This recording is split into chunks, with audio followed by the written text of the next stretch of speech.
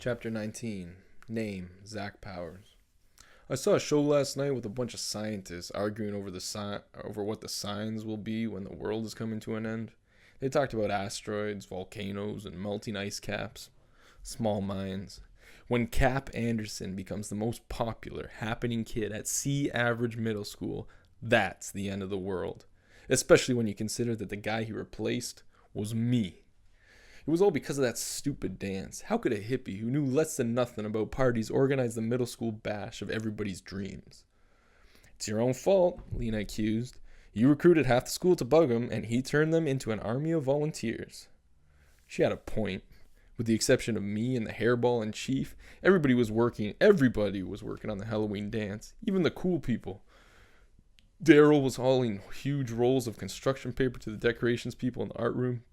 Naomi was designing reflective mobiles to hang from the basketball hoops. Lena was on the committee to cover the bleachers with orange and black bunting. Even cheap paper chains were impressive when you had 1,100 kids stringing them. This is going to be the greatest party we've ever had, Naomi enthused. I'll bet we get 1,000 kids. And that's just the planning committee, I added sourly. What's wrong with that? Ignore him, Lena put it. He's in mourning because he thinks Cap stole his year. Our year, I corrected. And he's making it into 1967. You shouldn't be so hard on Cap, Daryl told me. Sure, he's weird, but he's the best 8th grade president we've ever had. 8th grade president isn't a real job. I see it. It's a joke, remember? Well, maybe it started that way, Naomi said earnestly. But Cap Anderson is the most amazing person I've ever known. I snorted. Anybody can be amazing handing out $1,000 checks. Now that had caught me off guard. What was up with all this charity? He gave $800 to the food drive in the cafeteria, $500 to cancer research, the same to Alzheimer's disease. They may have called it the March of Dimes, but that didn't stop Cap from forking over $650. He even stuck checks into the slots of those cans designed for people to drop their spare change. Mr. Cassidy had to be behind it somehow. Cap wouldn't be allowed to throw around big chunks of school money without permission from the office. Maybe the whole thing was a lesson about philanthropy. It bugged me. The 8th grade president wasn't supposed to set a good example. His job was to make an idiot out of himself and have a nervous breakdown. But no, the assistant principal had to set Cap up for sainthood. Whatever Cassidy was thinking, if he was thinking, I was the one paying the price. I was spending more and more of my time arguing with my friends, and all because of that hairball. My year. Yeah, right. More like my minute. How do you think I felt at lunch on Tuesday when I walked out of the food line with my tray and found Cap Anderson at my table in my seat? Okay, it was a big cafeteria, but I've been working my way up to that position since the first day of 6th grade. It hadn't taken me more than 30 seconds to look around the room and know that this was the place where the masters of the universe ate their tuna fish sandwiches. It was near the wall of windows, but not so close as to get too hot on sunny days. Yet at the end of the period, a shaft of life always seemed to shine down like a spotlight on the person sitting in the end chair. My chair. At least until today.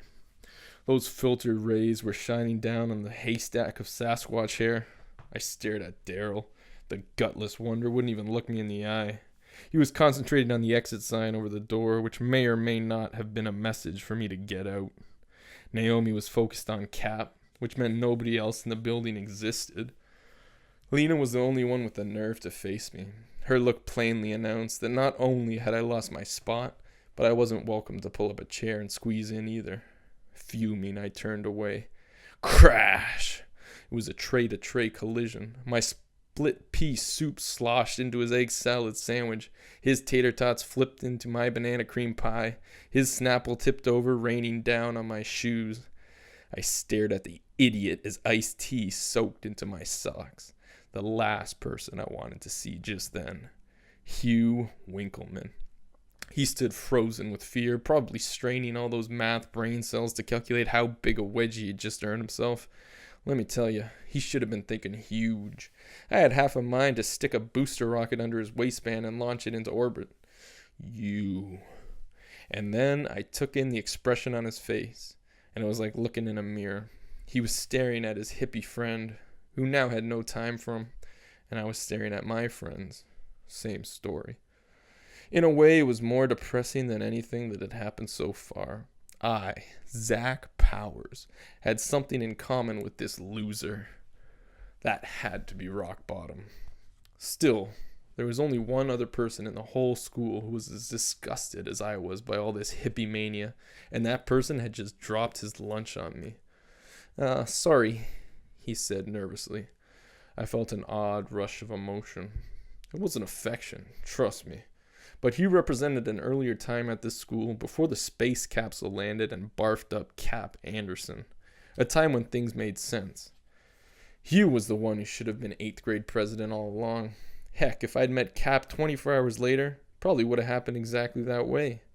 Then this would still be my year, and Cap would be nothing more than a walking bad hair day nobody really knew.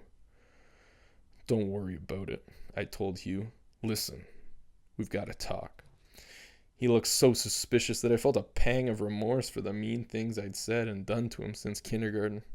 In all the years I'd known him, we'd never had a conversation that hadn't been a sham to lure him through a door with a bucket of ice water balanced on top. Sure, he was suspicious. Wouldn't you be? About Cap Anderson, I elaborated, and everything that's been going on. Hugh expanded his tunnel vision on Cap to include an inventory of the guy's table mates. He sneered at me. Oh, looks like somebody's been replaced. I swallowed my pride. You'll notice Cap isn't hanging with you anymore. I was his friend when no one else would talk to him, Hugh said resentfully. When you and your cronies were trying to ruin his life. Well, whatever we were plotting, it obviously didn't happen. He's practically the king of the school. Hugh nodded slowly. I don't like it either. It doesn't have to be this way, I pressed on. He rounded on me. You are such a jerk. Whoever told you that the whole world performs according to your instructions? That's what started this whole mess. You trying to make poor Cap dance to your tune. I don't remember you warning the guy off when we nominated him for 8th grade president, I snarled. Because I was grateful the nominee didn't turn out to be me. I pounced on this. So, you let Cap swallow the hook. Now who's the manipulator? You're just as guilty as I am. Maybe so, but I'm not stupid, he said hotly. Making Cap your victim blew up in your face. Now you want him out so you can stick me in his place. It's not like that, I pleaded. Look, Cap's president. We're stuck with that. But there's still time to puncture the tires of this bandwagon before the Halloween dance ratchets him up to icon status. No way. Just because I'm mad at Cap doesn't mean I'm going to help you stab him in the back. At my table, Naomi leaned over and dabbed delicately at a ketchup smear on the side of Cap's mouth. I almost upchucked. Will you look at that? Hugh had been watching too, his face twisted with distaste. He said, to be continued. What's that supposed to mean? Nothing, he muttered, not quite meeting my eyes. What do you need me to do? I shrugged. Simple. The whole school thinks he's immortal. We just have to show them they're wrong.